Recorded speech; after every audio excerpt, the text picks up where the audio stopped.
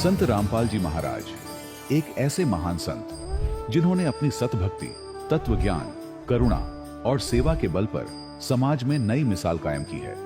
संत रामपाल जी महाराज की अगुवाई में उनके सभी सतलोक आश्रमों से समाज कल्याण के अद्भुत कार्यों ने समाज को सुनहरे भविष्य की एक नई उम्मीद दिखाई है।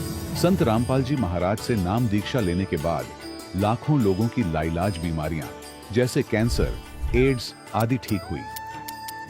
संत जी के ज्ञान से प्रेरित होकर उनके अनुयायियों ने लाखों यूनिट रक्तदान किया।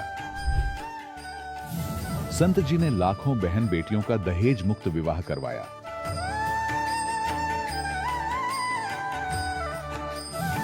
संत जी ने लाखों लोगों का नशा छुड़वाया, करोड़ों उजड़े परिवार बसे। संत जी के आश्रमों में समागम के दौरान निःशुल्क नेत्र चिकित्सा, दंत चिकित्सा प्रदान की जाती है। संत रामपाल जी महाराज द्वारा समय समय पर पर्यावरण संरक्षण के उद्देश्य से बड़े स्तर पर वृक्षारोपण किया जाता है। संत जी ने जरूरतमंदों को तत्काल राहत पहुंचाने के लिए एम्बुलेंस सेवा शुरू की। संत जी अपने अनुयायियों को देहदान के लिए प्रेरित करते हैं, जिससे मानवता की सेवा और चिकित्सा क्षेत्र में सुधार हो सके। संत रामपाल जी महाराज के सभी आश्रमों में हर रोज निःशुल्क भंडारा आयोजित किया जाता है, जहां हर वर्ग, हर जाति और हर धर्म के लोग एक साथ बैठकर भोजन करते हैं।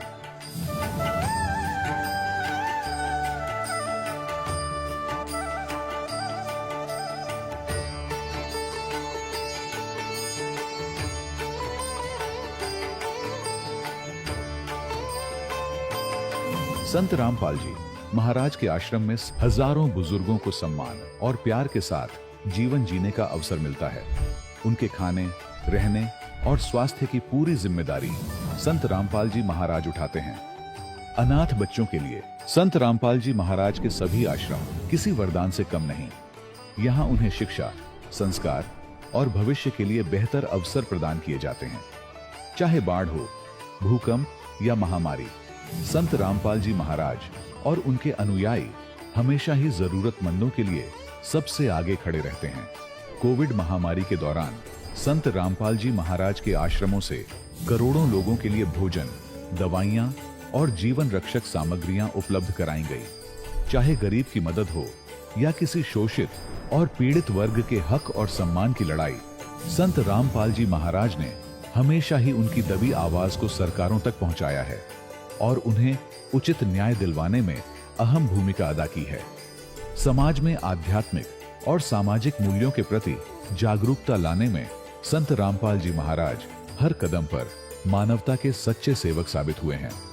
संत रामपाल जी महाराज का जीवन हमें सिखाता है कि सच्ची सेवा वही है जो निस्वार्थ भाव से की जाए।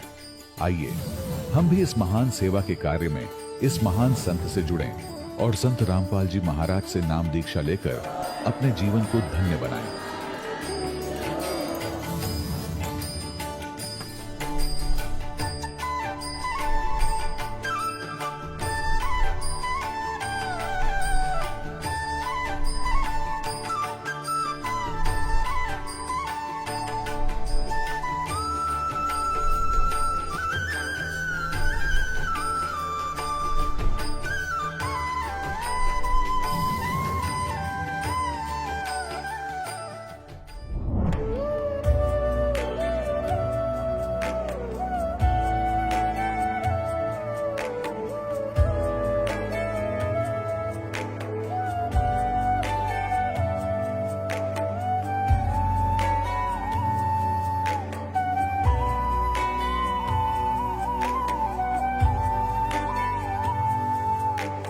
जब लग गुरु मिले न साचा, तब लग गुरु करो 10 पांचा। क्या गुरु बदल सकते हैं? क्या गुरु बदलने से पाप लगता है? आध्यात्म के इस मैदान में आखिर सही गुरु कौन है?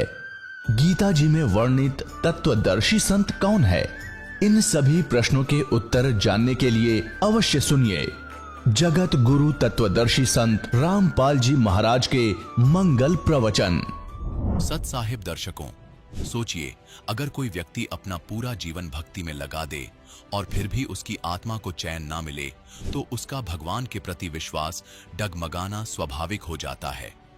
दर्शकों, ऐसी ही कहानी थी उत्तराखंड के रहने वाले ओम प्रकाश जी की। ओम प्रकाश जी ने अपने जीवन के 36 वर्ष राधा स्वामी पंथ की सेवा में समर्पित किए तथा अनेकों भजन कीर्तन किए। इन्होंने श्रद्धा से रामलीला और कृष्ण जन्मलीला में भी भाग लिया, लेकिन इतना सब करने के बाद भी इन्हें कभी भी सुकून नहीं मिला, जिसकी तलाश इन्हें बचपन से थी। लेकिन दर्शकों, आज ओम प्रकाश जी का कहना है, जब से मुझे संत रामपाल जी महाराज की शरण मिली है और मैंने उनके द्वारा बताए गए शास्त्र अनुकूल भक्ति मार्ग को अपनाया, तब से मुझे वह आत्मिक सुख मिला है जिसकी तलाश मुझे कई वर्षों से थी। दर्शकों, आखिर संत रामपाल जी महाराज द्वारा दी गई भक्ति साधना में ऐसा क्या है जो लोगों की वर्षों की तलाश आज पूरी हो रही है? आइए सुनते हैं ओम प्रकाश जी की कहानी उन्हीं की जुबानी। सर नमस्कार। नमस्कार जी। सर क्या नाम है आपका? भक्त ओम प्रकाश दास। सर कहाँ से आए हैं आप? ग्राम पिपलिया प्रस्तोर उर्फ दैला, पोस्ट ऑफिस नानकमता, तहसील सितारगंज, जिला उधम सिंह नगर, उत्तराखंड से आए। सर आप उधम सिंह नगर उत्तराखंड से आए हैं। आपने संत रामपाल जी महाराज से नाम दीक्षा कब ली? पहला नाम तो मैंने जून में लिया, 2014 जून में लिया। संत रामपाल जी महाराज से नाम दीक्षा लेने से पहले क्या भक्ति साधना करते थे? कहाँ से आपने नाम दीक्षा ले रखी थी? मैं पहले भक्ति करता था देवी देवताओं की और कीर्तन किया करता था, और उसके बाद कृष्ण जन्म लीला भी खेला, उसके बाद फिर रामलीला खेला। तो हम सब सोचते रहे कि भाई हम यही भक्ति कर रहे हैं। इसके बाद ग्रंथों में हमने पढ़ा कि गुरबिन माला फेरते गुरबिन करते दान, ये सब ही निष्फल भय पूछो वेद पुराण। हमने कहा कि भाई बगैर गुरु से काम नहीं चलेगा। तो 1978 में हम राधा स्वामी पंथ में जुड़ गए। राधा स्वामी पंथ में जुड़ गए तो जुड़ते रहे, साफ सेवा करते रहे, चलते रहे। फिर सत्संग घर में मुझे सेवा मिल गई, वहाँ सेवा करता रहा। सर आपने कितने साल तक राधा स्वामी पंथ से नाम दीक्षा ले रखी थी? कितने साल तक सेवा की वहाँ पे? 36 साल तक। सर आपने 36 साल तक राधा स्वामी पंथ में सेवा की है। 36 साल अपनी जिंदगी के आपने राधा स्वामी पंथ में दिए हैं। उसके बाद संत रामपाल जी महाराज की शरण में आने की क्या जरूरत आन पड़ी आपको? कि वहाँ पर 36 साल मैंने सेवा किया तो बुखार भी नहीं जा रहे थे, हमारे शरीर में दर्द भी था, कोई लाभ प्राप्त नहीं हुआ। तो मुझे एक दिन ज्ञान गंगा मिल गई। ज्ञान गंगा में मुझे नाम भी मिल गए, 5 नाम ज्ञान गंगा में। तो मैंने सोचा यार कि एक और पुकार कर लूँ, ये ज्ञान गंगा मिल गई है। सदगुरु रामपाल महाराज जी से पुकार करता हूँ। मैंने उनसे अरदास किया कि हे गुरुदेव, यदि मेरे पैर सही कर दिए तो मैं वचन करता हूँ कि सूरज चंद्रमा पलट जाएगा, पर मेरा वचन नहीं पलटेगा।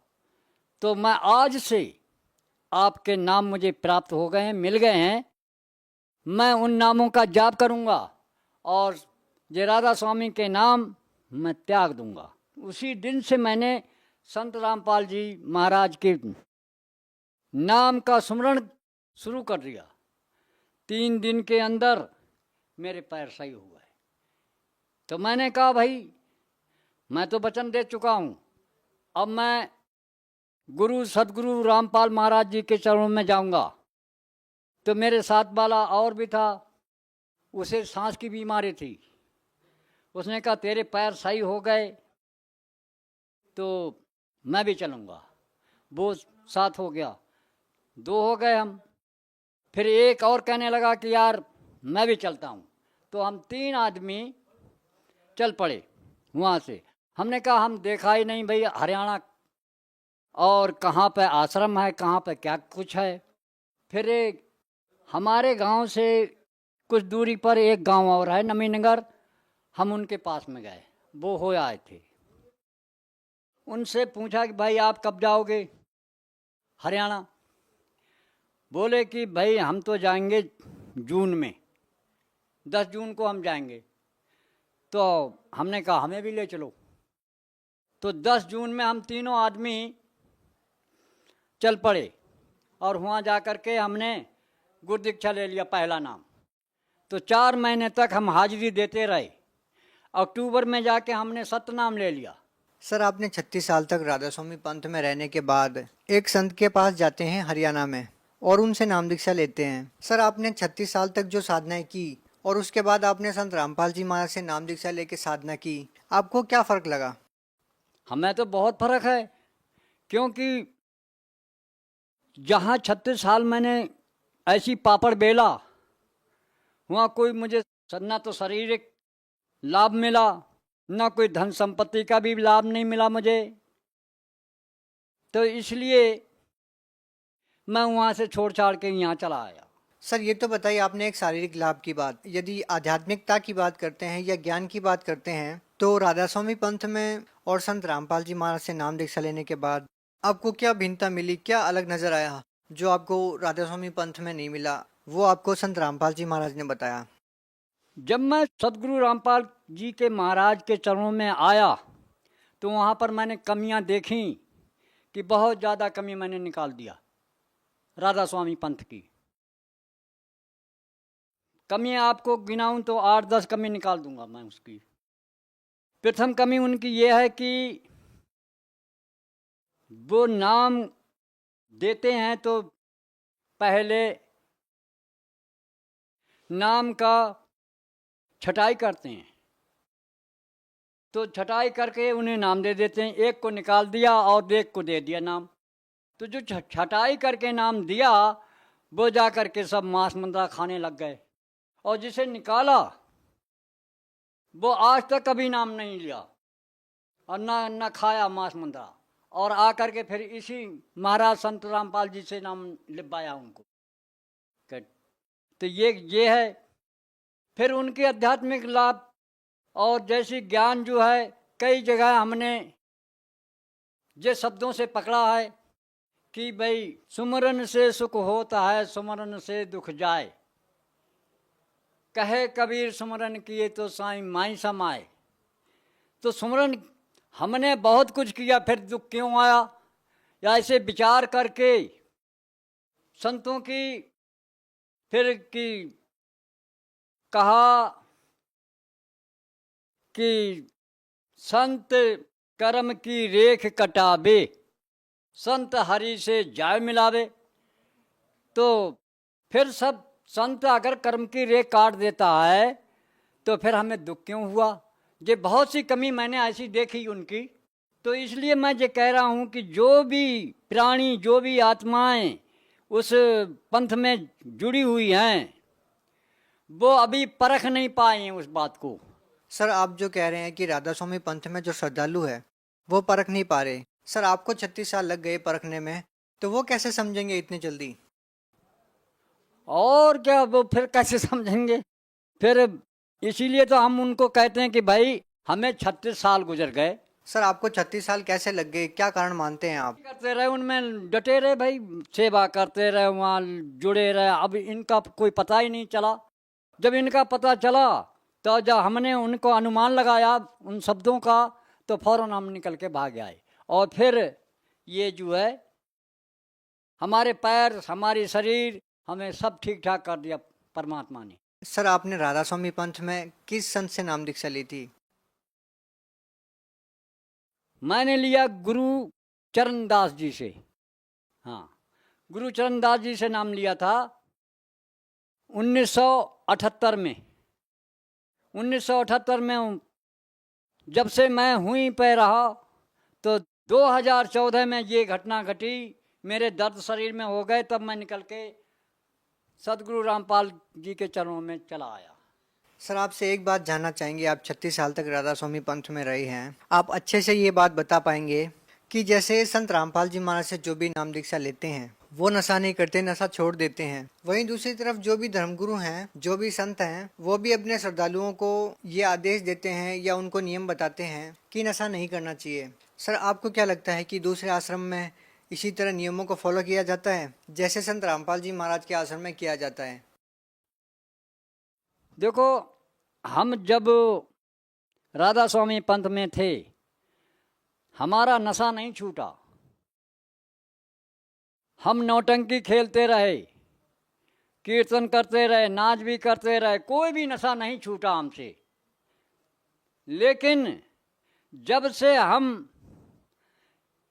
परमात्मा सदगुरु बंदी छोड़ कबीर परमात्मा सदगुरु रामपाल महाराज के चरणों में आए, तब से हमारे सारे नशा छूट गए। हमें बहुत कुछ लाभ मिला। सर क्या ये सच है कि आप नशा करते हुए भी राधा स्वामी आश्रम में रह रहे थे और आपको कोई मनाही नहीं थी राधा स्वामी पंथ में जब आप रहते थे? वहाँ तो नशा अब भी करते हैं बहुत ज़्यादा, वहाँ नशा नहीं छूटता। इनमें इतनी शक्ति है कि आते ही नशा गायब हो गया। क्या संत रामपाल जी महाराज जी के आश्रम में कोई व्यक्ति आश्रम में नशा करते हुए रह सकता है? क्या वहाँ पर भी नशा करते हैं? आज तक हमने किसी व्यक्ति को नशा करते नहीं देखा, ना कोई सुना आज तक उनके आश्रम में। सर आपकी एज कितनी है? मेरी उम्र है 80-81। सर 81 साल के आप हो गए हैं। हिंदुस्तान को आपने अच्छे से देखा है, बारीकी से समझा है। आज तक कितने ऐसे संत हुए हैं जो संत रामपाल जी महाराज जी की तरह भक्ति विधि बताते हैं, ज्ञान बताते हैं? आपने ऐसा कोई आज तक संत देखा है? अब अचानक ऐसा क्या हो गया कि संत रामपाल जी महाराज का ज्ञान आपको समझ में आ गया और आप उनको मानने लगे? क्या आपको लगता है कि इससे पहले भी कोई संत हुआ है जिसने इस तरह का कोई ज्ञान वगैरह बताया हो, या उनके ऐसे कोई नियम हो जो नशे से इतना दूर करते हो समाज को?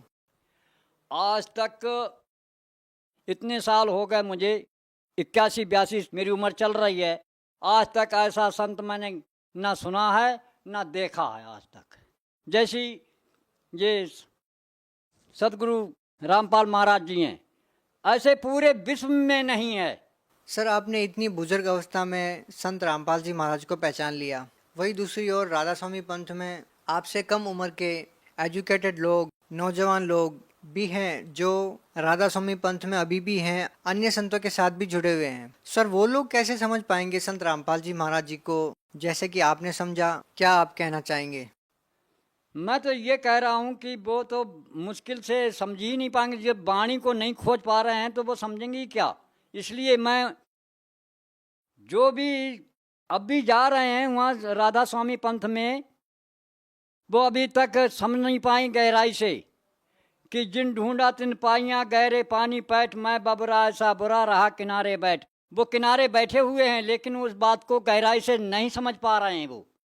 सर आपने 36 साल राधा स्वामी पंथ में रहे हैं, क्या आपकी मुलाकात चरण सिंह जी महाराज से हुई है जो राधा स्वामी पंथ के जो धर्मगुरु रहे हैं, जिन्होंने नाम दीक्षा आपको दी? क्या कभी बातचीत करने का मौका आपको मिला? आज तक उनसे कोई मुलाकात नहीं हो पाई। सर क्या आपको अफसोस है कि 36 साल तक आपने राधा स्वामी पंथ में बिताए, जो कि एक गलत रास्ते पे आप जा रहे थे? आपको एहसास है इस चीज का? आपको क्या लगता है? तो मुझे यही अफसोस है कि मैं 36 साल पापड़ बेलता रहा वहाँ। तो इसीलिए मैं यही कहता हूँ कि जो भी राधा स्वामी पंथ में जुड़ा हुआ है वो मेरी तरह पापड़ बेलेगा और कोई लाभ नहीं मिलेगा वहाँ। सर आपसे एक आखिरी सवाल ये है कि आप भगत समाज को क्या संदेश देना चाहते हैं? मैं भक्त समाज को यही संदेश देना चाहता हूँ कि जी संसार के अंदर में कितने पंथ चल रहे हैं, ये सब नकली पंथ हैं, सब झूठे हैं। इनसे बच जाओ और अच्छे ढंग से परख के देखो, सदगुरु रामपाल महाराज जी के चरणों में आ जाओ, आपका कल्याण हो जाएगा। बहुत बहुत धन्यवाद। सत साहेब जी। दर्शकों, अभी आपने सुने संत रामपाल जी महाराज से दीक्षा प्राप्त करके सुखी हुए भक्त के अनुभव। अब देखिए जगत गुरु तत्वदर्शी संत रामपाल जी महाराज के मंगल प्रवचन। वो ज्ञान है, सारी बकवास सुनाने लग रहे। वही सतनाम, वही सतलोक, वही सचखंड, वही राधा स्वामी धाम, वही सतनाम। ये इनके सत्संग सिर न पैर किसी का। और ये तो हमारे गुरु, धर्म गुरु सुनाते हैं सारा गीता जी के विपरीत ज्ञान, वेदों और पुराणों के विपरीत ज्ञान देते हैं। इन्हें कौन सुना करेगा? ये ऐसे बकवादों को जो इन हमारे अंदर ठोकर रखी थी, हमें मूर्ख बना रखा था, कोई नहीं सुनेगा।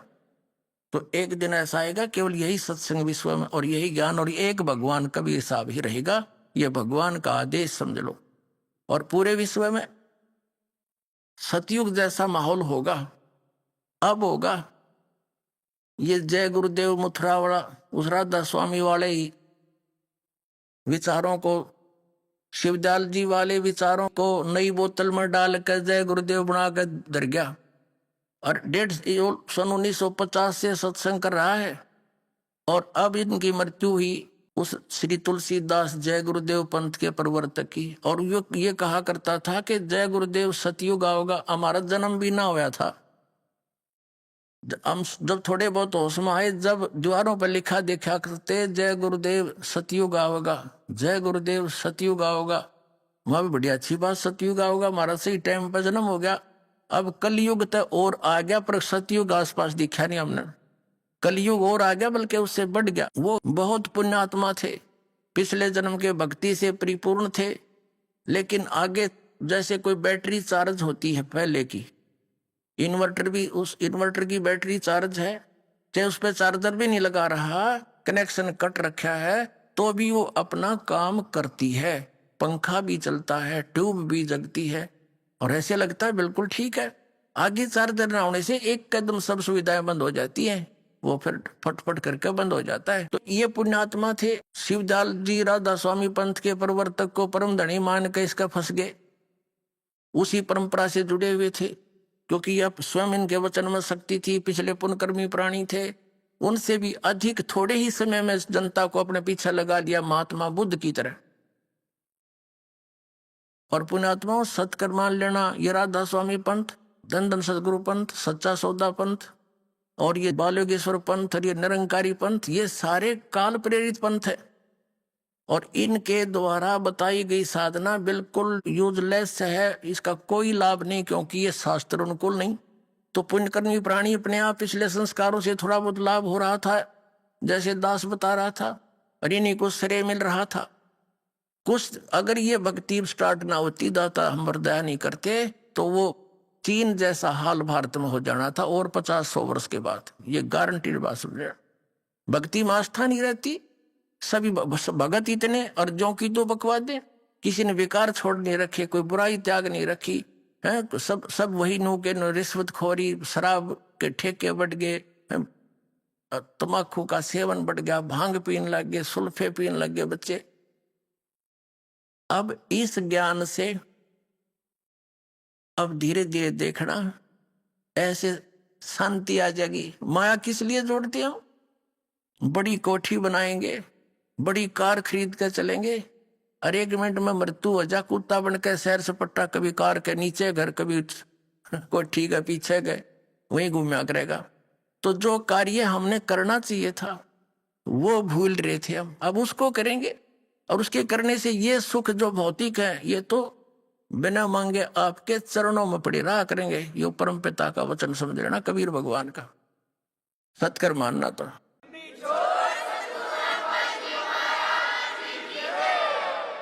कारण क्या है कि आप जब दुखी होते हो, आपका प्रारब्ध में पुण्य नहीं रहे और प्रारब्ध में पाप शुरू हो गए, पापों का नाश आप भोग कर करना ही मानते रहे। अब परमात्मा कबीर जी का ये मंत्र इतना स्ट्रॉन्ग है, इससे वो प्रारब्ध के पाप नाश हो जाएंगे, सुख हो गया। अब इन लोगों का तो ऐसा विधान था जैसे किसी के पैर में कांटा लगा है और वो कहता है कि जी मुझे पैर में दुख हो रहा है। उसने 2 मांझ कर देख लिया कि इसको आपको कांटा लगा है। अब उसको कोई कहे भी फिर क्या समाधान है कि देखो कांटा तो निकलेगा नहीं, जूता पहन ले, आगे कांटा नहीं लगेगा। अब कांटा लगे पैर में जूता पहना नहीं जा सकता, वो तो कांटा निकले और फिर जूता पहने, और इस डर से पहनेगा कहीं फिर ना कांटा लग जा। तो पुण्यात्माओं, इस सतलोक आश्रम में कबीर परमात्मा आपके प्रारब्ध कर्म में लगे हुए उन पाप कर्म रूपी कांटों को निकालेगा और फिर राम नाम का जूता देगा आपको। आप इस डर से नहीं उतारोगे, हे भगवान कहीं फिर ना दुख, फिर आपत्ति ना आ जाए। तो फिर दास जो आपको मर्यादा बताओगा कि ये हानि करेंगी, तो आप कैसे कर दोगे उनको? आप सपने में भी ना करो उस गलती को जिससे इतनी आपत्ति आपके आ गई थी। तो इस कारण से आप हमारा समाज एकदम मानव समाज बुराइयों से ऐसे बहुत दूर हो जाएगा। अब हमारा माहौल खराब हो गया, सब जगह कोई ड्रिंक कर रहा है, कोई बीड़ी सिगरेट पी रहा है, कोई सिनेमा देख रहा है, कोई बकवाद कर रहा है, तो हमारे बच्चे फिर उनके सराउंडिंग रहते हैं तो वो सारे ऐसी बुराई करेंगे। अब हमारी बहुसंख्या हो जाएगी बुराइयों से दूर रहने वालों की, तो हमारे संग में आएगा उनको भी हम ना भाई यहाँ नहीं पीना, जब मैं हाथ नहीं लगाऊंगा, हमारे घर में भी मत पीना, हमें हानि हो जाएगी, तो वो भी लज्जा आएगी उनको। एक भगत कह रहा था जी मैं तो इस मेरे भतीजे ने भगत बना दिया। बोला कैसे? कि मेरे छोटे भाई का लड़का, मुझे बहुत प्रेम उसमें, और वह कहीं नौकरी करता था, साल भर के बाद आया, मैंने उसको प्यार से अपने लगा उठाया गोदी से, तो मेरे मुंह से बीड़ी की बदबू आ रही थी, तब तो वो चुप रहा, उसको पता नहीं ये कहाँ से आ रही है। फिर मैंने बीड़ी लगाई, कहने लगे अंकल ताऊ जी नहीं, यहाँ पीना भी नहीं हमारे घर पे, इसको फेंक दे, बहुत बुरी चीज है। मैंने जैसे तैसे करके वो कहता रहा, मैंने पी ली, उठ के चला गया, मैं तेरे से बात नहीं करूंगा।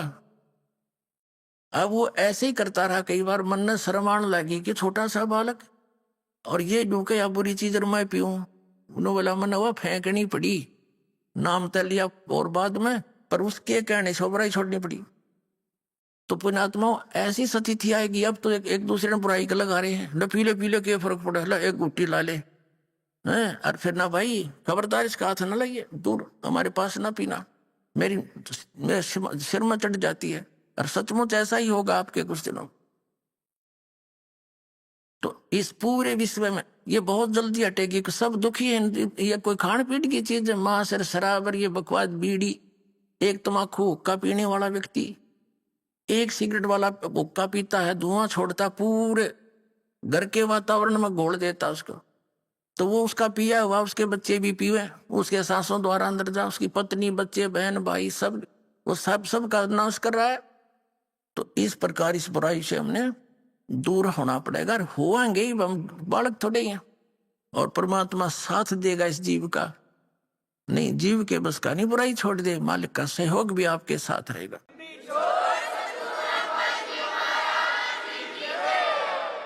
अब दास आपको एक प्रसंग, एक कंसेप्ट क्लियर करने चला है ते के दास ने एक वचन बोला कि ब्रह्मा विष्णु महेश को ही अध्यात्म ज्ञान नहीं, तो इन हमारे आचार्य शंकराचार्यों और गुरु धर्म गुरुओं को कहां से होगा।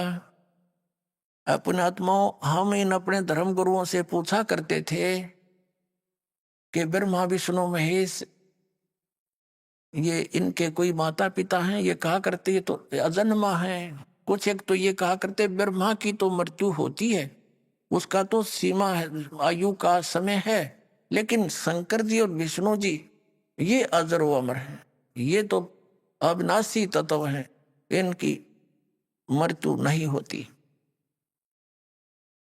और फिर कोई इनसे पूछता कि ब्रह्मा विष्णु महेश किसकी भक्ति करते हैं, तो कोई तो हमारे ये नकली धर्मगुरु कहा करते या अपने स्वरूप का ध्यान करते, क्योंकि अयम आत्मा ब्रह्म की आत्मा ही ब्रह्म है, अहम ब्रह्मास्मि, उस वाक्य को, अपने उस अज्ञान वाक्य को और प्रमाणित करने के लिए अब ना इन्होंने सदग्रंथों को आधार बनाया।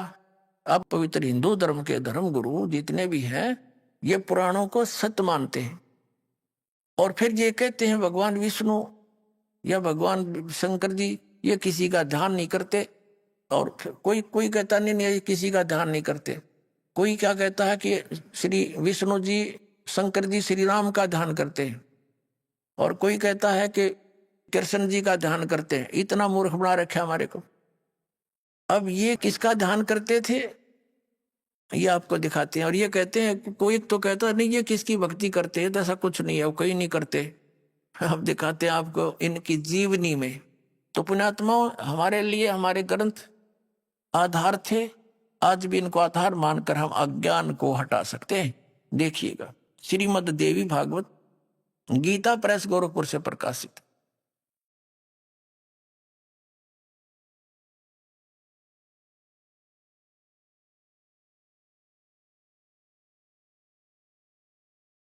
संक्षिप्त श्रीमद देवी भागवत यानी देवी पुराण, संपादक है हनुमान प्रसाद पोदार, चिमनलाल गोस्वामी।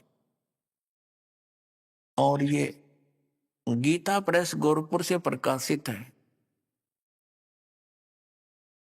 और वहीं से मुद्रित है। मुद्रक प्रकाशक है मुद्रक गीता प्रेस गोरखपुर, गोविंद वन कार्यालय कोलकाता का संस्थान। ये इनके फोन और फैक्स नंबर है। यहां देखिएगा, हम इसको पढ़ेंगे पहला स्कंद और संक्षिप्त देवी भागवत 28 पृष्ठ से। ये व्यास जी और नारद जी की वार्ता हो रही है। नारद जी ने कहा, महाभाग व्यास जी, तुम इस विषय में जो पूछ रहे हो ठीक ही प्रश्न मेरे पिताजी ने यानी श्री ब्रह्मा जी ने भगवान श्री हरि से किया था, विष्णु जी से किया था। देवा अधिदेव भगवान जगत के स्वामी हैं। लक्ष्मी जी उनकी सेवा में उपस्थित रहती हैं। दिव्य कौस्तुमणि उनकी शोभा बढ़ाती है। वे शंख चक्र गदा लिए रहते हैं, पीतांबर धारण करते हैं, 4 भुजाएं हैं, वक्ष स्थल पर श्रीवत्स का चिन्ह चमकता रहता है। वे चराचर जगत के आश्रयदाता, जगत गुरु एवं देवताओं के भी देवता हैं। ऐसे जगत प्रभु भगवान श्री हरि, देखो अब नारद जी का ज्ञान सुन ले। ऐसे जगत प्रभु भगवान श्री हरि महान तप कर रहे थे, उनकी समाधि लगी थी। यह देखकर मेरे पिता ब्रह्मा जी को बड़ा आश्चर्य हुआ।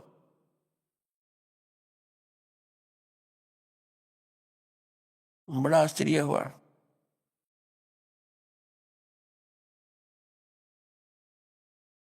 वह अतः उन्होंने उनसे जानने की इच्छा प्रकट की। ब्रह्मा जी ने पूछा, प्रभु आप देवताओं के अध्यक्ष, जगत के स्वामी, भूत भविष्य एवं वर्तमान सभी जीवों के एकमात्र शासक यानी उनके मालिक भगवान, फिर आप क्यों तपस्या कर रहे हैं और किस देवता की आराधना में ध्यान मगन है? मुझे असीम आश्चर्य तो यह हो रहा है कि आप देवेश्वर एवं सारे संसार के शासक होते हुए भी समाधि लगाए बैठे हैं। ब्रह्मा जी के विनीत वचन सुनकर भगवान श्री हरि यानी हम पहला स्कंद 29 पृष्ठ पर आ गए। श्री हरि उनसे कहने लगे, ब्रह्मन सावधान होकर सुनो, मैं अपने मन का विचार व्यक्त करता हूं। देवता दानव मानव सब यही जानते हैं कि तुम सृष्टि करते हो, मैं पालन करता हूं और संकर संहार किया करते हैं। किंतु फिर भी वेद के पारगामी पुरुष अपनी युक्ति से यह सिद्ध करते हैं कि रचने, पालने और संहार करने की यह योग्यता जो हमें मिली है उसकी अधिष्ठात्री शक्ति देवी हैं। वे कहते हैं कि संसार की सृष्टि करने के लिए तुम में राजसी शक्ति का संचार हुआ, यानी रजगुण ब्रह्मा सिद्ध हुआ। मुझे सात्विक शक्ति मिली, सतगुण विष्णु हुआ और रुद्र में तामसी शक्ति का आविर्भाव हुआ। उस शक्ति के अभाव से तुम इस संसार की सृष्टि नहीं कर सकते, मैं पालन करने में असफल नहीं हो सकता और रुद्र से भी संहार कार्य होना भी संभव नहीं। ब्रह्मा जी, हम सभी उस शक्ति के सहारे ही अपने कार्यों को सदा सफल करते हुए आए हैं। सुवर्त प्रत्यक्ष और परोक्ष दोनों उदाहरण मैं तुम्हारे सामने रखता हूं, सुनो। यह निश्चित है कि उस शक्ति के अधीन होकर ही मैं इस शेष नाग की सैया पर सोता और सृष्टि करने का अवसर आते ही जाग जाता हूं। मैं सदा तप करने में लगा रहता हूं। उस शक्ति के शासन से कभी मुक्त नहीं रह सकता। कभी अवसर मिला तो लक्ष्मी के साथ सुखपूर्वक समय बिताने का सौभाग्य प्राप्त होता है। मैं कभी तो दानों के साथ युद्ध करता रहता हूँ। अखिल जगत को भय पहुंचाने वाले दैत्यों के विकराल शरीरों को शांत करना मेरा परम कर्तव्य हो जाता है। अब देखो कमाल कर दिया। मुझे सब प्रकार से शक्ति यानी दुर्गा जी के, प्रकृति देवी के अधीन होकर रहना पड़ता है। उन्हीं भगवती शक्ति का यानी दुर्गा का मैं निरंतर ध्यान किया करता हूं। ब्रह्मा जी, मेरी जानकारी में इन भगवती शक्ति से बढ़कर दूसरे कोई देवता नहीं। अपने आत्माओं, ये आ गया अंत हमारे श्री विष्णु भगवान के अध्यात्म ज्ञान का। ये कहते हैं कि मैं दुर्गा यानी देवी जी, श्री देवी जी की भक्ति करता हूं और इससे ऊपर मैं किसी भगवान से परिचित नहीं हूं। मेरे लिए फाइनल गॉड है। अपने आत्माओं, श्री देवी जी क्या कहती है ये वचन और सुन लो। अब इस शिक्षा का आपके लिए एक वरदान होगा कि हम भगवान पहचानेंगे और भक्ति कोई कठिन नहीं, 2 मिनट में अपना सत भक्ति हुई, सब एक रस समाज हो गया तो रोज भक्ति बढ़ेगी। अब तो हमारे को नियम खंडित करवा देता है समाज में, यो ज्ञान अभी फैला नहीं है तो विरोधी घने हो जाते हमारे बच्चों के। धीरे धीरे सब ठीक हो जाए। अब देखना, अब देवी जी क्या बताती है। वो कहती है हिमालय जी को, राजा हिमालय को ज्ञान दे रही है और कह रही है कि वैसे तो कह रही मेरी भक्ति कर, लेकिन इससे मोक्ष वोक्ष कुछ नहीं।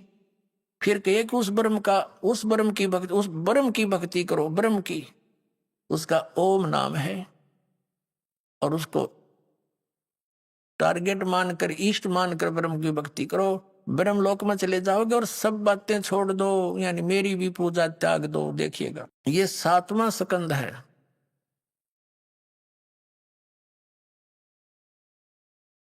संक्षिप्त देवी भागवत 562 पृष्ठ पे देवी द्वारा हिमालय को ज्ञानोपदेश यानी ब्रह्म स्वरूप का वर्णन।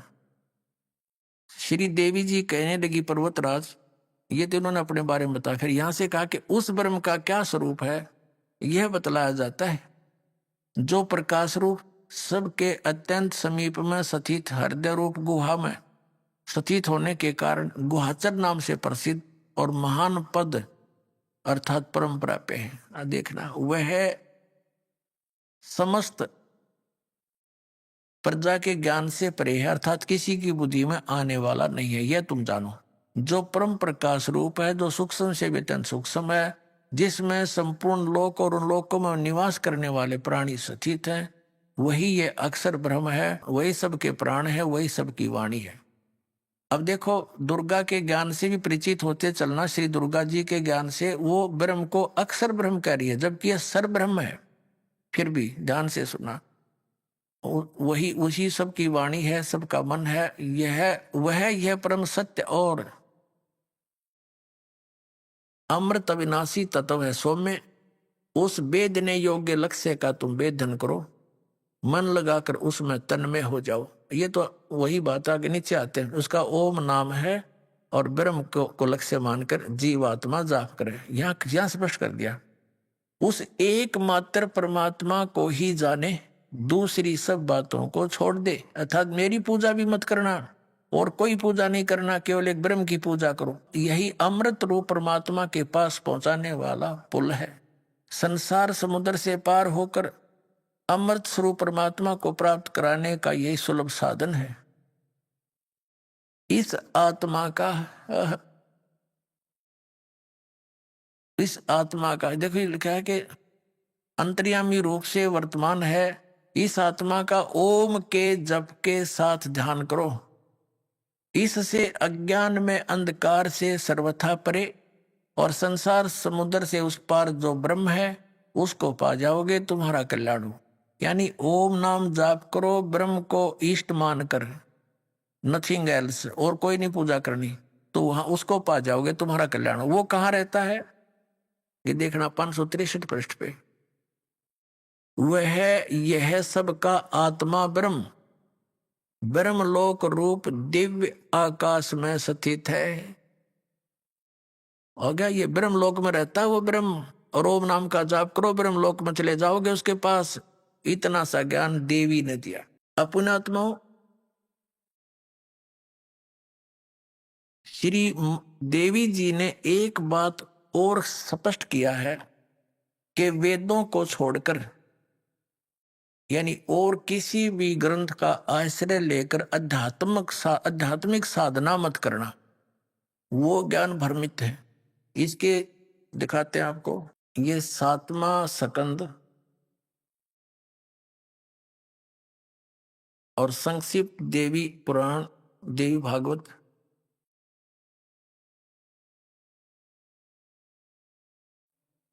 यहां से प्रसंग चल रहा है। श्री देवी जी कहती है, राजन यानी पर्वतराज, ये हिमालय को बता रही है, हिमालय को श्री देवी बता रही।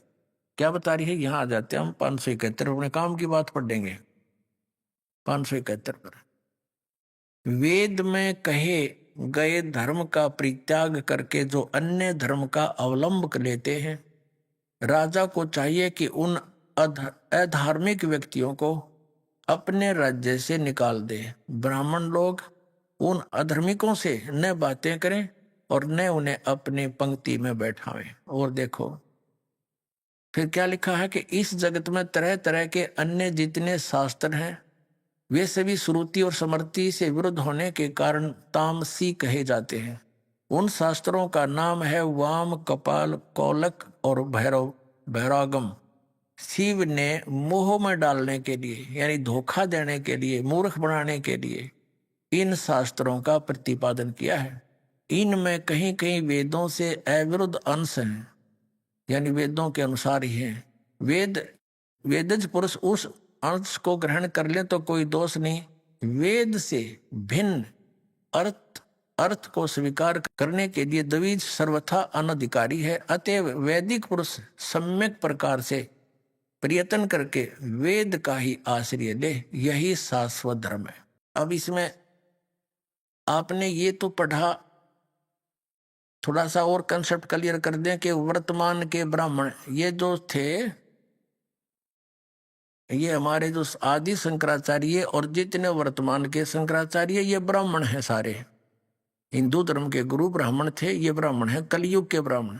और इन कलयुग के ब्राह्मणों को इस देवी पुराण में क्या संज्ञा दी है, ये पढ़ा दो थोड़ा, क्योंकि ये हमारे धर्मगुरु इन कहते हैं कि हम पुराणों में जो लिखा सत्य मानते हैं। तो कृपा इन एक बार फिर पढ़ लो और सुधर जाओ। ये दास की यही प्रार्थना है, समाज शाना हो गया। देखो ये वही देवी भागवत चल रही है, आपको दिखाते हैं 414 पृष्ठ पर दिखाते हैं। ये 6वां स्कंद है और संक्षिप्त देवी भागवत पृष्ठ 414। यहां से हम शुरू करते हैं। जन्मेजय ने पूछा, महाभाग किस युग में कैसा धर्म का स्वरूप है, इस संपूर्ण विषय को विशेष रूप से बताने की कृपा कीजिए। व्यास जी बोले, व्यास जी बता रहे हैं। व्यास जी के ज्ञान का सुन लेना, कितना ज्ञान है इसको। राजन, ये निश्चय है कि सतयुग में ब्राह्मण वेद के पूर्ण विद्वान थे। उनके द्वारा निरंतर भगवती जगदम्बा की आराधना होती थी। भगवती का दर्शन करने के लिए उनका मन सदा ललायित रहता था। अब देख लो हमारी कल सतयुग के ब्राह्मणों के बारे में वेद व्यास जी बता रहे हैं कि वह वेद के पूर्ण विद्वान थे और दुर्गा की पूजा करा करते। है इनमें कल्पित है, इन पढ़ा वेदों को। दुर्गा तो कह रही है कि और किसी की पूजा नहीं करनी, मेरी भी पूजा छोड़ दे और केवल एक ओम जाप से और ब्रह्म को उद्देश्य ईष्टमान और उसकी पूजा कर ब्रह्म लोक में जाएगा, जब तेरा कल्याण होगा। बाकी दकी तटले ढोए जाओ, बकवाद करते रहो अपने आत्माओं। और व्यास जी के ज्ञान का पता लग गया आपने, यू कितना विद्वान था। अब पुण्यात्माओं ये ना समझना कि किसी ने वेदों को लिपिबद्ध कर दिया, पुराण लिख दिए। वेद उन्होंने लिखे हैं, उन्होंने बोले नहीं। जैसे यू ज्ञान बोला किसने, श्री कृष्ण में प्रवेश करके इस काल भगवान ने ब्रह्म ने बोला और लिख दिया वेद व्यास में, फिर उसने प्रवेश करके लिखवा दिया। तो इसमें वेद व्यास का था खोखा प्रयोग किया, उसने खुद ज्ञान कति नहीं था। इसमें क्या लिखा वेदों में, तो इसलिए कह रहा है कि सतयुग के ब्राह्मण वेद के पूर्ण विद्वान होते थे और दुर्गा की पूजा करते थे। और दुर्गा जी कह रही है सब और सब पूजाएं मेरी भी त्याग दो, ब्रह्म साधना करो, ओम नाम का जाप करो, नथिंग एल्स, और ब्रह्म लोक की साधना प्राप्त होगी। और फिर ब्रह्म क्या कहता है वो आपको बताएंगे। अब पहले आगे चलते देखिए, ये 414 पर हम पढ़ रहे हैं। व्यास जी उत्तर दे रहे हैं कि हे राजन, निश्चय ही सतयुग में ब्राह्मण वेद के पूर्ण विद्वान थे। उनके द्वारा निरंतर भगवती जगदम्बा की आराधना होती थी। भगवती का दर्शन करने के लिए उनका मन सदा ललायित रहता था। प्रत्येक गांव में शक्ति मंदिर का उद्घाटन हो, इस विषय की उनके मन में बड़ी उत्सुकता थी। यानी मंदिरा के लठ भी इन गढ़वारा के सतयुग तो प्रारंभ हो रहे, वेद विरुद्ध ज्ञान करते। अब देखो यहाँ क्या बताया है इसी में 414 पृष्ठ पे, संक्षिप्त देवी भागवत छठा स्कंद के चारों युगों के ब्राह्मणों की सतिथि बताते हुए व्यास जी आ रहे हैं। धर्म की यही सतिथि त्रेता में रही, परंतु कुछ ह्रास हो गया था। सतयुग की जो सतिथि थी वह द्वापर में विशेष रूप से कम हो गई थी। राजन, उन प्राचीन युगों में, सतयुग त्रेता द्वापर में, जो राक्षस समझे जाते थे वे कली में ब्राह्मण माने जाते हैं, क्योंकि अब के ब्राह्मण प्राय पाखंड करने में तत्पर रहते हैं। दूसरों को ठगना, झूठ बोलना और वैदिक धर्म कर्म से अलग रहना कलयुगी ब्राह्मणों का स्वाभाविक गुण बन गया है।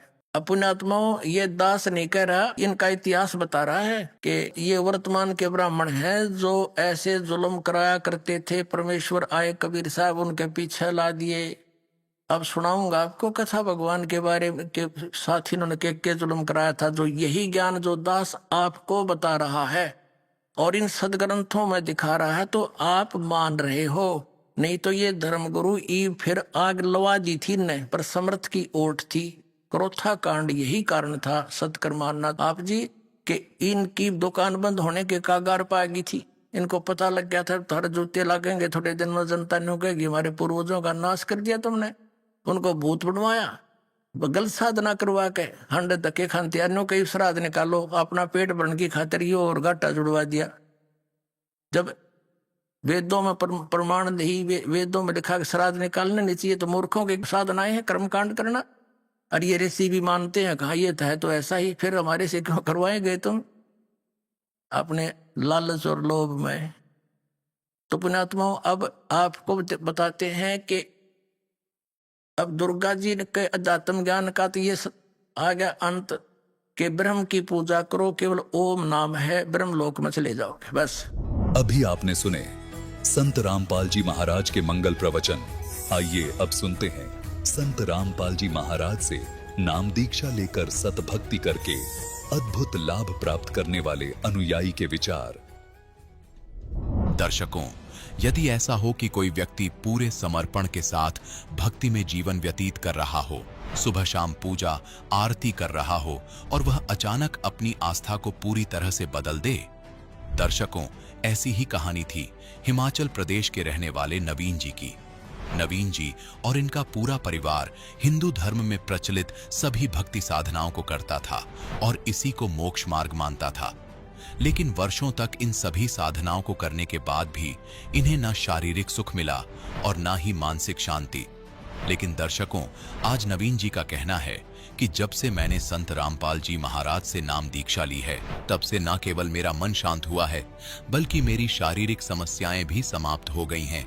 दर्शकों, आखिर नवीन जी को संत रामपाल जी महाराज से कौन सा ऐसा ज्ञान प्राप्त हो गया जिसने इन्हें उस भक्ति मार्ग से मोड़ दिया जो इन्होंने बचपन से अपनाया था? आखिर कैसे इनकी भक्ति ने एक नया मोड़ लिया? आइए सुनते हैं नवीन जी की कहानी उन्हीं की जुबानी। सर नमस्कार। नमस्कार सर। क्या नाम है आपका? सर मेरा नाम नवीन राणा है। नवीन जी कहाँ से आए हैं आप? सर मैं गांव अलाथू, तहसील सदर, डिस्ट्रिक्ट मंडी, हिमाचल प्रदेश से आया हूँ। सर मंडी हिमाचल से आप बिलोंग करते हैं। हरियाणा में संत रामपाल जी महाराज से कब जुड़े, कैसे जुड़े? सर मैंने बंदी छोड़ सतगुरु रामपाल जी महाराज जी से 25 दिसंबर 2013 को नामदान लिया है। संत रामपाल जी महाराज से नाम दीक्षा लेने से पहले क्या भक्ति साधना करते थे? जैसा कि सर आप जानते हैं हिमाचल प्रदेश देवी देवताओं की भूमि है और यहाँ पे मतलब देवी देवताओं की पूजाएं प्रचलित है। तो सर हमारा जो मतलब परिवार है शुरू से मतलब इन्हीं देवी देवताओं की पूजाओं में मतलब आश्रित था। हमको बचपन से ही बताया गया था कि ब्रह्मा विष्णु महेश से ऊपर कोई नहीं है, हम इन्हीं की भक्ति करते थे। सर मैं जैसे छोटा सा था तो मतलब शुरू से ही मैं 4-5 आरतियाँ, जैसे गणेश जी की आरती होगी, लक्ष्मी जी की आरती होगी, दुर्गा जी की आरती होगी, इनको करते थे। हमारे परिवार में जितना भी हमारा सराउंडिंग एरिया था मतलब हम भजन कीर्तन करते थे, रातों को जागते थे। हम सोचते थे कि हमारी मतलब यही भक्ति है। हमारे मतलब कीर्तन कर करके कई बार तो गले भी खराब हो जाते थे, तो हम इन्हीं पूजाओं पे आश्रित थे। मतलब ये दास फार्मासिस्ट है, मतलब मेडिकल लाइन से बिलोंग करता है, और मतलब मैंने पहले एमआर का काम भी किया है। तो लगभग मैं मतलब सभी स्टेटों में जाता रहता था। तो जहाँ भी जो भी कोई मंदिर दिखता तो वहाँ पे प्रणाम करते, सोचते शायद यहाँ ही भगवान है। मतलब परमात्मा पाने की हमारी इतनी तड़प थी कि हम सोचते शायद भगवान ही है, भगवान ही है। मतलब हमको ये चुनना मुश्किल था कि आखिर एक परमात्मा होता कौन है। सर, संत रामपाल जी महाराज से जो भी श्रद्धालु नाम दीक्षा लेते हैं वो कहते हैं कि संत रामपाल जी महाराज से नाम दीक्षा लेते ही उनकी कैंसर जैसी भयानक बीमारी ठीक हो जाती है, आर्थिक लाभ मिलते हैं, भौतिक लाभ मिलते हैं, आध्यात्मिक लाभ मिलते हैं। सर, आपके साथ क्या अनुभव हुए संत रामपाल जी महाराज से नाम दीक्षा लेने के बाद? सर मैं आपको बताना चाहूँगा कि जैसे मैंने आपको पहले बताया कि मैं मेडिकल लाइन से बिलोंग करता हूँ। तो सर जो मेरे जैसे मेरे जो भक्तमती है, हमारे मतलब कोई संतान उत्पत्ति नहीं होती थी। सर मैं खुद मेडिकल लाइन से बिलोंग करता हूँ, तो मैंने मतलब ऐसी कोई चीज़ नहीं छोड़ी, ऐसे कोई टेस्ट नहीं छोड़े, ऐसे कोई डॉक्टर नहीं छोड़े कि जहाँ मैं नहीं जाता था।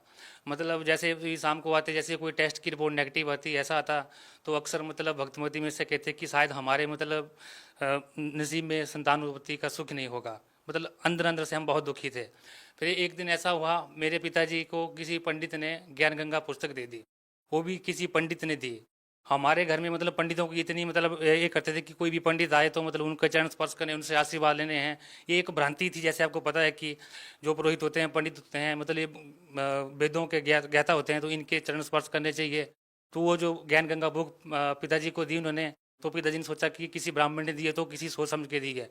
तो जब उन्होंने पढ़ा तो उन्होंने देखा कि हाँ, ब्रह्मा विष्णु में से भी ऊपर कोई देवी देवता हैं, और उसमें लिखा गया था कि तीनों देव की जो करते भक्ति उनसे कभी ना होए मुक्ति, गुण तीनों की भक्ति में भूल पड़े संसार, कहे कभी निज नाम बिना कैसे उतरे पार। तो जैसे ये बाणिया कबीर साहिब की जो उस ज्ञान गंगा पुस्तक में मेरे पिताजी ने पढ़ी, तो पिताजी ने बोला कि ये जो मतलब संत है इनका कोई ज्ञान कुछ हट करके है। तो हम पिताजी ने चैनल देखना शुरू कर दिया। उन्होंने जैसे चैनल देखना शुरू किया, उनके अंदर एक तड़प बनी। उन्होंने हमको भी बताया कि बेटा ये जो भक्ति है यही सत्य भक्ति है।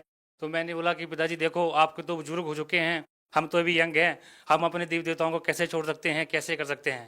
तो पिताजी ने बोला कि आप अपनी जानो, लेकिन हमको तो वहीं जाना है। तो जैसे मेरे पिताजी और माताजी दोनों वहाँ गए, तो मेरे पिताजी, मैं आपको बताना चाहूँगा, वो मतलब वो इतने ज़्यादा बीड़ियाँ पीते थे, बीड़ी सिगरेट का इतने ज़्यादा मतलब नशा करते थे कि मतलब जैसे कोई भी काम करते थे उनके मुंह में बीड़ी हमेशा रहती थी। तो जब मतलब वो नाम उपदेश लेने के लिए गए, तो उन्होंने जब नियमों के बारे में पढ़ा कि ये नियम है, तो वो ये सोच भी नहीं पाए कि मैं इन चीज़ों को छोड़ सकता हूँ। मतलब नाम दान लेने से पहले उन्होंने कम से कम बाहर जाके 3-4 बीड़ियाँ पी ली, उसके बाद नाम दान लेना चाहा। तो जैसे उन्होंने बंदी छोड़ सतगुरु रामपाल जी से नाम दान लिया, उसके बाद मतलब वो जैसे घर आए, तो उन्होंने मतलब 1 दिन 2 दिन, मैंने सोचा ऐसे नहीं, मतलब 1 दिन तो ऐसे भी निकल जाता है, तो उन्होंने उसी दिन से ही बीड़ी पीना बंद कर दिया। जो व्यक्ति 40 साल से बीड़ी पी सकता हो और उसका नशा, सर सरकार ने इतने दुनिया भर के नशा मुक्ति केंद्र खोले हुए हैं, मतलब फिर भी नशा छुड़ाने के लिए बिल्कुल असमर्थ हैं। और बंदी छोड़ सतगुरु रामपाल जी महाराज जो हमको नाम उपदेश देते हैं, उन शब्दों में ऐसी कैसी शक्ति है जिससे कि मतलब जो 40 साल बीड़ी पीता हो एकदम में बीड़ी छोड़ सकता है। साहब मैं एक मेडिकल लाइन से बिलोंग करता हूँ, जैसे कि मैंने आपको पहले बताया है। तो मेरे पिताजी जो कि 40 वर्षों से मतलब बीड़ी का सेवन करते थे, जैसे 1 दिन बीता 2 दिन, जैसे मतलब उन्हें बीड़ी छोड़ी, तो सर मतलब मैंने मेडिकल टर्म में पढ़ा कि जैसे मतलब 40 साल के बाद कोई इंसान अगर नशा करना छोड़े तो उसको चक्कर आना शुरू हो जाते हैं, तो कोई ना कोई उसको डिजीज लगना शुरू हो जाती है। तो जब मैंने पिताजी को देखा, मतलब 1 दिन 2 दिन जैसे महीना बीत गया, तो मैंने देखा कि इन शब्दों में ऐसी कैसी शक्ति है कि मेरे पिताजी ने 40 वर्षों से मतलब जो मतलब नशा करते थे, वो मतलब बिना किसी साइन और सिम्टम, मतलब कोई उनको ना बीमारी हुई ना कुछ नहीं, और मतलब उन्होंने बंदी छोड़ परमात्मा का सिमरण किया, और सिमरण करने से माता से उनकी बीड़ियाँ वगैरह छूट गई। और मेरी माता जी थी, उनको एलर्जी की प्रॉब्लम रहती थी। मेरी माता जी हालांकि अनपढ़ हैं, लेकिन उनको मतलब पिताजी ने बताया गुरु जी की आज्ञा अनुसार कि मतलब जैसे जैसे उन्होंने नामदान बताया था कि कैसे जाप करना है, उससे मतलब उनकी एलर्जी भी ठीक हुई। तो पिताजी ने हमको बताया कि देखो बेटा, अगर मैं ऐसी बीड़ी छोड़ सकता हूँ तो क्यों नहीं आपकी मतलब आप भी बंदी छोड़ सतगुरु रामपाल जी महाराज के शरण में जाओ, आपको भी नाम निशा लेनी चाहिए, शायद आपके भी मतलब कोई संतान उत्पत्ति हो जाए। तो मैंने भगवती से सोचा कि चलो वहीं भी जाते हैं, शायद हमको कुछ संतान उत्पत्ति हो जाए। तो हम दोनों ने डिसाइड करके 25 दिसंबर 2013 को बंदी छोड़ सतगुरु रामपाल जी महाराज जी से नाम दीक्षा लिया। तो जैसे हमने 2-3 दिन वहाँ पे सत्संग सुना, नाम उपदेश लिया और घर आ गए। जैसे घर आने के लिए मतलब आने के बाद जैसे हमने मतलब जो नाम निशा बंदी छोड़ सतगुरु रामपाल जी ने दी थी, उनका मतलब हमने मतलब सुमरन शुरू किया। तो मेरे भक्तमती जी को जो मतलब संतान उत्पत्ति स्योंक बना सर, और मतलब 8-9 महीने के बाद एक कन्या उत्पत्ति हुई है। ये हमको सबसे बड़ा लाभ हुआ है। सर आपसे एक प्रश्न और पूछना चाहेंगे कि ज़्यादातर जो लोग हैं वो वेदों के आधार पे जो भक्ति करते हैं, शास्त्रों के आधार पे जो हम भक्ति करते हैं, हिंदू धर्म के जो लोग हैं आप उनको समझाने की कोशिश करते हैं। क्या संत रामपाल जी महाराज जी मुसलमान धर्म के लोगों के लिए, ईसाई धर्म के लोगों के लिए या सिख धर्म के लोगों के लिए या किसी और धर्म के लोगों के लिए, क्या कोई उनके लिए भी कोई समाधान है? या जो अन्य धर्म के जो लोग हैं वो सही भक्ति कर रहे हैं? क्या केवल जो हिंदू धर्म के लोग हैं वही शास्त्रों के अनुसार भक्ति नहीं कर रहे? सर सबसे पहले मैंने आपको बताना चाहूँगा, बंदी छोड़ सतगुरु रामपाल जी का जो मतलब मेन मकसद है वो है जीव हमारी जाति है, मानव धर्म हमारा, हिंदू मुस्लिम सिख ईसाई धर्म नहीं कोई न्यारा।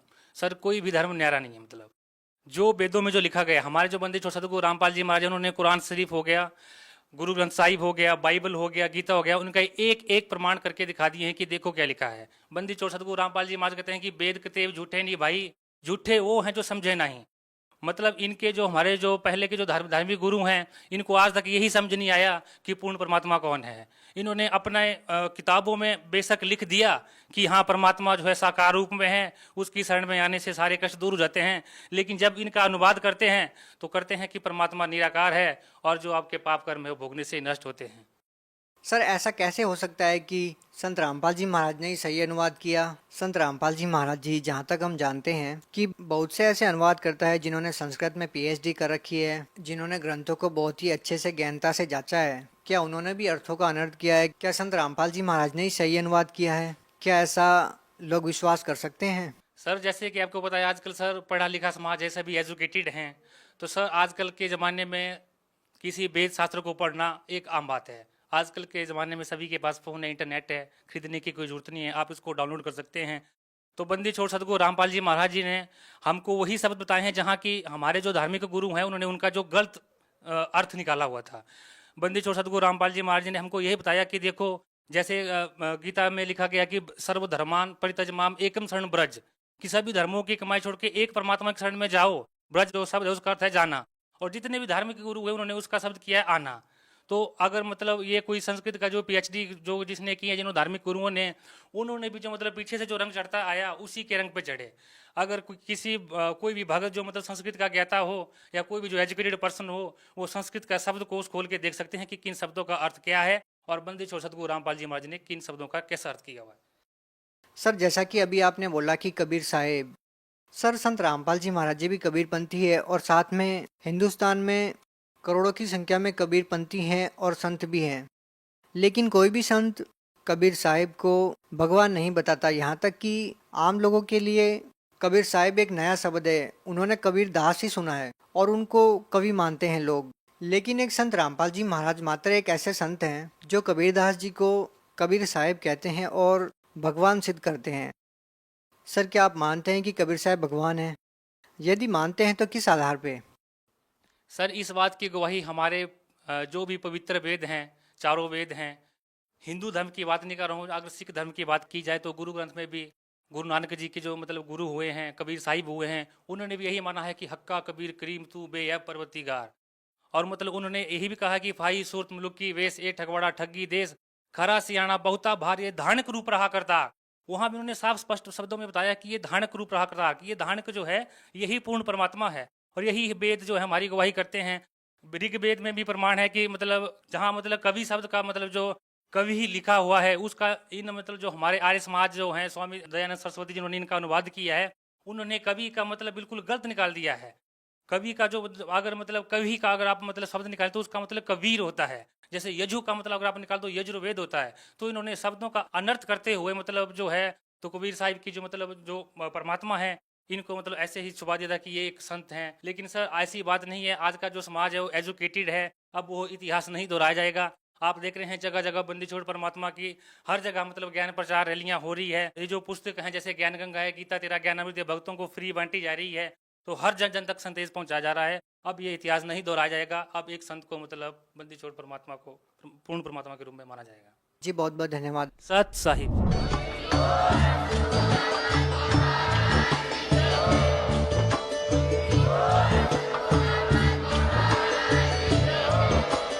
आप सुन रहे थे जगत गुरु तत्वदर्शी संत रामपाल जी महाराज जी के मंगल प्रवचन। अधिक जानकारी के लिए विजिट कीजिए हमारी वेबसाइट www.jagatgururampalji.org। संत रामपाल जी महाराज जी के शुभ आशीर्वाद से पूरे विश्व भर में 500 से भी ज्यादा नाम दीक्षा केंद्र हैं, जिन पर संत रामपाल जी महाराज जी द्वारा ऑनलाइन निशुल्क नाम दीक्षा दी जा रही है। अपने नजदीकी नाम दीक्षा केंद्र का पता करने के लिए संपर्क करें 8222880541।